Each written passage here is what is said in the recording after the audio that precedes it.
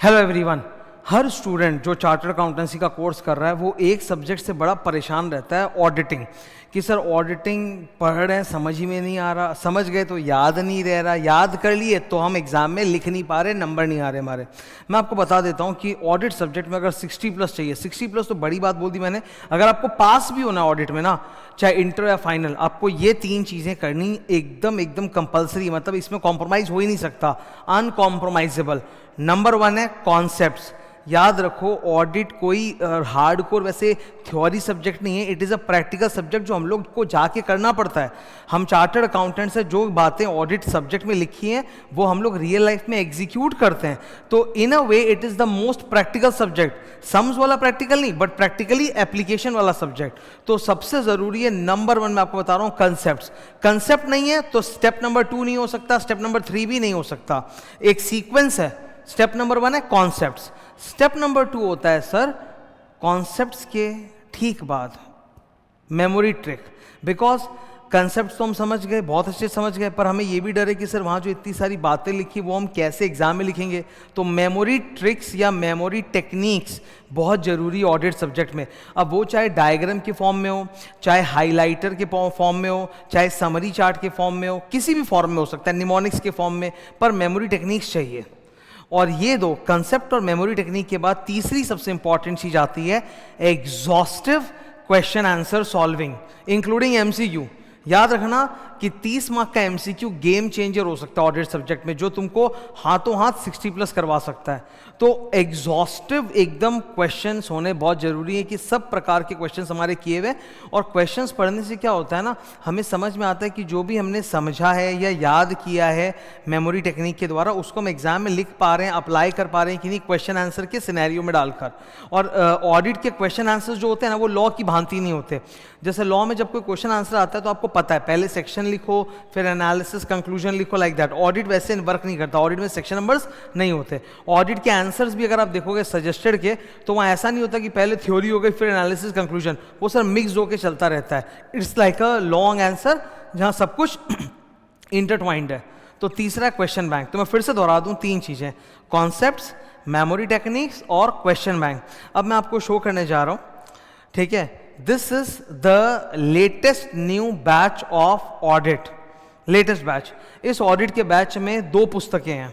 एक आप देख सकते हो ग्रीन कलर वाली जो बुक जो है वो है ऑडिट 2.0 थियरी बुक, 270 पेजेस में 100% ऑडिट। मेरी कोई किताब समरी किताब नहीं होती, ठीक है। स्टूडेंट बोलते एक किताब है तो सर समरी होगा, भाई कहीं समरी नहीं है, मैं लिख के देता हूँ किताब में। ये देखो 100% audit in 270 pages, so it is not summary. ये किताब कर डाला, पढ़ लिया हम लोगों ने, मतलब हमने पूरा ICAI की किताब का हर एक example, illustration, everything we have covered. And number 2 है sir super exhaustive question bank. इसमें डिस्क्रिप्टिव क्वेश्चन है 558 और MCQs है 750। ये 520 पेज की किताब है एग्जॉस्टिव क्वेश्चन बैंक। तो ये 100% कवरेज है, मोस्ट अपडेटेड मटेरियल है। अगर आपका एग्जाम जनवरी 2026 में आने वाला है तो मैं बता रहा हूं this is the right time, the best time. मतलब अब नहीं तो फिर बहुत लेट हो जाएगी। This is the perfect time कि अगर आपका जनवरी में एग्जाम है या मई में एग्जाम है तो प्लीज ये ऑडिट बैच पढ़ना स्टार्ट करो और लेट मत करो, ठीक है। डू इट, ये एकदम बेस्ट टाइम होता है एग्जाम के कुछ महीने पहले। अगर आप 5 महीने पहले, जैसे अभी 5 मंथ्स बाकी ना, अगस्त, सितंबर, अक्टूबर, नवंबर, दिसंबर, अगर आप 5 महीने पहले, जिनका मई में एग्जाम उनके तो 9 महीने पहले अगर आप पढ़ना चालू करते हो, आप बहुत प्रेम से समझते जाओगे, एब्जॉर्ब करते जाओगे। और हाँ, एक बात बता देता हूँ, एक बहुत बड़ी गलत फहमी चलती है कि ऑडिट पढ़ने के लिए हमको अकाउंट्स कंप्लीट करना पड़ेगा। ऐसा नहीं होता सर। फर्स्ट पॉइंट तो ये है कि अकाउंट्स में जितना ज़्यादा अकाउंटिंग स्टैंडर्ड होता है उतना ऑडिट में लगता नहीं है। ऑडिट में बीच बीच में थोड़े बहुत नाम नंबर केवल आते हैं, और वो उतने आते हैं जितना हम लोग ऑडिट में अलग से बोल के ही समझा सकते हैं, जिसके लिए मुझे अकाउंटिंग स्टैंडर्ड की क्लास करनी है, इंड AS की क्लास करनी जरूरी नहीं है। फॉर एग्जाम्पल, मैं आपको स्टैंडर्ड और ऑडिटिंग पढ़ा रहा हूँ, SA 501, उसमें सेगमेंट रिपोर्टिंग आ गया AS 17। तो उसके लिए तुमको जाके पूरी अकाउंटिंग स्टैंडर्ड पढ़ के आने की जरूरत नहीं है। जितना सेगमेंट रिपोर्टिंग तुम्हें चाहिए ऑडिट को समझने के लिए, उतना तो मैं तुमको 10 मिनट में खड़े खड़े क्लास में समझा देता हूँ, और वो भी रियल लाइफ एग्जाम्पल दिखा के। कई कंपनियों का, मेरे जितने स्टूडेंट्स उन्होंने जानते होंगे, मैं सेगमेंट में हमेशा ITC कंपनी का एग्जांपल दिखाता हूँ। सिगरेट बिजनेस में इतना, FMCG सिगरेट की कंपनी है ना, तो सिगरेट से इतना कमाते हैं, FMCG से इतना कमाते हैं, होटल से इतना, एग्रीकल्चर से इतना। तो उतना तो हम लोग ऐसे यहीं पे सीख जाएंगे, उसके लिए हम अकाउंट्स पे डिपेंडेंट नहीं है या एफआर पे डिपेंडेंट नहीं है, ठीक है। डिपेंड करके पढ़ोगे तो बहुत फिर वो झमेले में फंसोगे, उससे बढ़िया आराम से पढ़ना स्टार्ट करो, सही समय पे एब्जॉर्ब होगा। इस बैच के अंदर तीनों चीज़ें शामिल है, जो तीनों मैंने बताया। Number 1 conceptual explanation. मैं सोशल मीडिया पे टेलीग्राम पे शेड्यूल डालते रहता हूँ कि मेरे इतने क्लासेस हो गए हैं अब तक, जैसे इंटर ऑडिट में 31 क्लासेस हो चुके हैं, और वो 31 क्लासेस में एकदम टॉपिक वाइज डिटेल शेड्यूल मैंने बनाया है। एक क्लास कितने ड्यूरेशन का है, 2 घंटे 10 मिनट, 2 घंटे 15 मिनट, 2 घंटे 30 मिनट का भी है, और फिर उस क्लास में मैंने कहाँ कहाँ से पढ़ाया, कॉपी से, बुक के स्पेस से, अपेंडिक्स से, कहाँ कहाँ से पढ़ाया है और क्या क्या टॉपिक कराया है, हर क्लास का डिटेल बारीक शेड्यूल टेलीग्राम पे आपको मिलेगा। तो पूरा एकदम everything you will get concepts, you'll get memory tips and techniques, and you'll also get the exhaustive question answers। सब कुछ कवर्ड होगा इस बैच में। मई में जिनका भी एग्जाम है उनको और विलंब नहीं करना चाहिए। बाद में फिर क्या होता है, आप शॉर्टकट करने लग जाते हो। शॉर्टकट का मतलब समझते हो? मैं समझाता हूँ। जैसे एक स्टूडेंट है, आज अगर वो क्लास लेता है, उसके पास समय, तो वो पूरी क्लास को शांति से पढ़ेगा, बिना स्पीड किए देखेगा। मैं जब क्लास में कॉपी में नोट्स बना रहा हूँ तो वो भी नोट्स बनाएगा, ठीक है। और वही स्टूडेंट जब वो एग्जाम के 2 महीने पहले या 2.5 महीने पहले, जब सर मैंने तो ट्राई किया था, मैं खुद कर लूंगा, अब नहीं हो रहा, अब मैं ले रहा हूँ, अब वो स्टूडेंट जब एग्जाम के 2-2.5 महीने उठाएगा ना पहले ऑडिट को, तब सर वो हड़बड़ी में पढ़ेगा। स्टूडेंट हड़बड़ी का मतलब होता है 1 स्पीड के बदले 1.5, और कुछ ऐसे महारथी होते हैं जो 2x की स्पीड पे क्लास देखते हैं, तर तर तर तर तर, तर पता नहीं कैसे उनका माइंड वर्क करता है, कैसे वो ज्ञान एब्जॉर्ब करेंगे। उस स्पीड में देखेंगे, कॉपी में नोट सिखा रहे हैं, नहीं मार्क करना है, बुक में लिखा रहा हूँ, नहीं मार्क करना है, कुछ नहीं करना, तो सर वैसे ज्ञान एब्जॉर्ब नहीं होता है, एक टाइम लगता है। सी, कॉन्सेप्ट और मेमोरी साथ में चलते हैं। Memory is not like totally discrete step. जब आप समझ के कोई चीज़ को पढ़ते हो तो 50% मेमोराइज तो वहीं हो जाता है, बाकी केवल आपको पॉइंट्स के लिए 50% और मेमोरी टेक्निक्स करने पड़ते हैं, तो ये साथ साथ चलता है, ठीक है। The batch is available on my website. This is my new website, new app, latest website है, सब इंटीग्रेटेड है। जैसे आप ऑर्डर डालते हो ना, आपको संग संग ही वो मिल जाती हैं क्लासेस, ठीक है। ऊपर में आप जाओगे, आपको दिखेगा CA inter final and CMA inter, और नीचे भी यहाँ पे सीधा चालू करते आपको सारे प्रोडक्ट कोर्सेज दिखने स्टार्ट हो जाएंगे। Final audit, inter audit, SM वगैरह, ऑडिट SM सब, ओके। सो अंदर आप जाओगे, वो आपसे पूछेगा आपको कितनी वैलिडिटी चाहिए, 6 मंथ्स, 12 मंथ्स, और जो भी फीस है अकॉर्डिंगली, तो एकदम। और हाँ, ये वेबसाइट के बारे में मैंने कुछ दिन पहले बताया था, और सबसे अच्छा फीचर जो मुझे पर्सनली लगता है, एक तो सर स्टूडेंट को संग संग क्लास मिलती है तो उसको एक शांति मिल जाती है कि हाँ भी मुझे क्लास मिल गई, प्लस बुक जब तक आएगी आपके पास 1 हफ्ते में, तब तक के लिए मैंने चैप्टर 1 वगैरह के नोट्स डाल रखे हैं। वो फ्री रिसोर्स दिख रहा होगा, उसमें आपको चैप्टर 1 के नोट्स मिल जाएंगे, भाई वहीं से हो गया, चलो जब तक बुक नहीं आ जाए। If you want to start the class immediately, that facility is also there.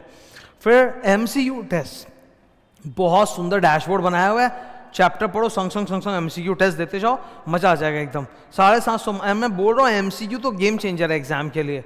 Audits जैसे सब्जेक्ट में जहाँ स्टूडेंट लोग त्राहिमाम चिल्लाते रहते हैं ना, वहाँ MCQ can be A game changer. Average students के भी 30 मार्क के MCQ में से 24 उठ रहे हैं, ठीक है। आप समझ लो 12 MCQ मतलब सही कर रहा है वो, 15 में से 12 दूनी 24 मार्क का, तो बहुत बड़ा गेम चेंजर है MCQ है। और टेस्ट पेपर्स भी मैं बिल्ड कर रहा हूँ, वो भी कुछ दिन में इसमें आ जाएंगे, टेस्ट पेपर्स भी, फुल टेस्ट पेपर्स भी, ताकि वो आप टेस्ट पेपर्स भी, क्वेश्चन आंसर आप टेस्ट लेके सेल्फ इवैल्यूएट कर सकते हो, चैप्टर वाइज भी और फुल टेस्ट भी। So this I am telling you, you should totally take advantage of this, and अपने ऑडिट को तुम मजबूत बना सकते हो। ऑडिट तुमको काम में काम आएगा, मतलब ना सिर्फ एग्जाम के लिए, बल्कि जब तुम काम करोगे, चाहे वो आर्टिकलशिप हो या CA बनने के बाद काम करोगे, वहाँ बहुत काम आएगा। And I am telling you one thing, हम लोग किसी भी फर्म में आर्टिकलशिप कर लें, चाहे हम बड़े से बड़े बिग 4 में आर्टिकलशिप कर लें, हमको सारा एक्सपीरियंस नहीं मिलता, कहीं किसी फर्म में नहीं मिल सकता, ये लिख लो। You can not have all types of experience in a single firm, वो पॉसिबल ही नहीं है सर।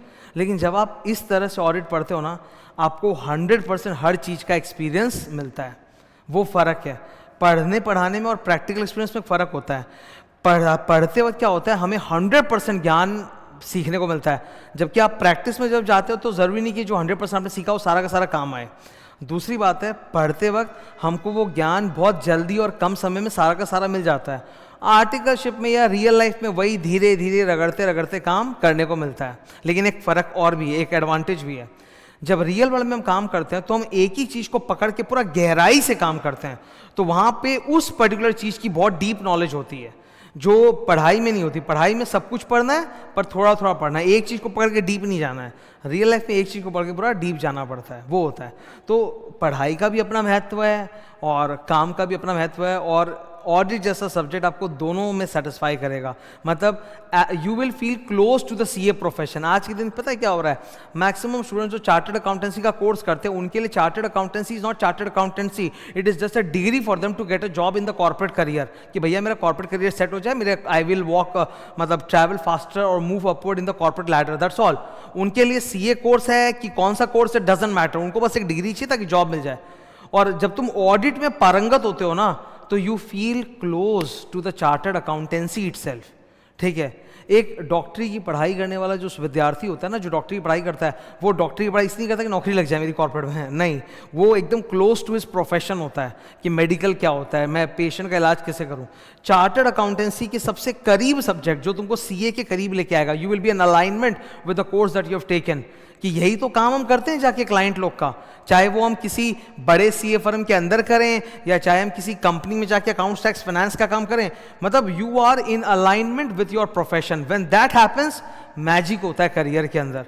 करियर में आप एकदम सुपर ग्रोथ आपको हासिल होती है। तो don't think chartered accountancy just as a degree for job. वो तो बहुत सारी डिग्रियां हैं बाजार में, आप कोई भी कर लो आपको जॉब तो मिलेगा। एमबीए फाइनेंस तो एकदम है ही, वो कर लो जॉब मिल जाएगा। तो अलाइनमेंट लाना है तो ऑडिट में मास्टरी करनी है। And I hope you keep this in mind. All the best, thank you.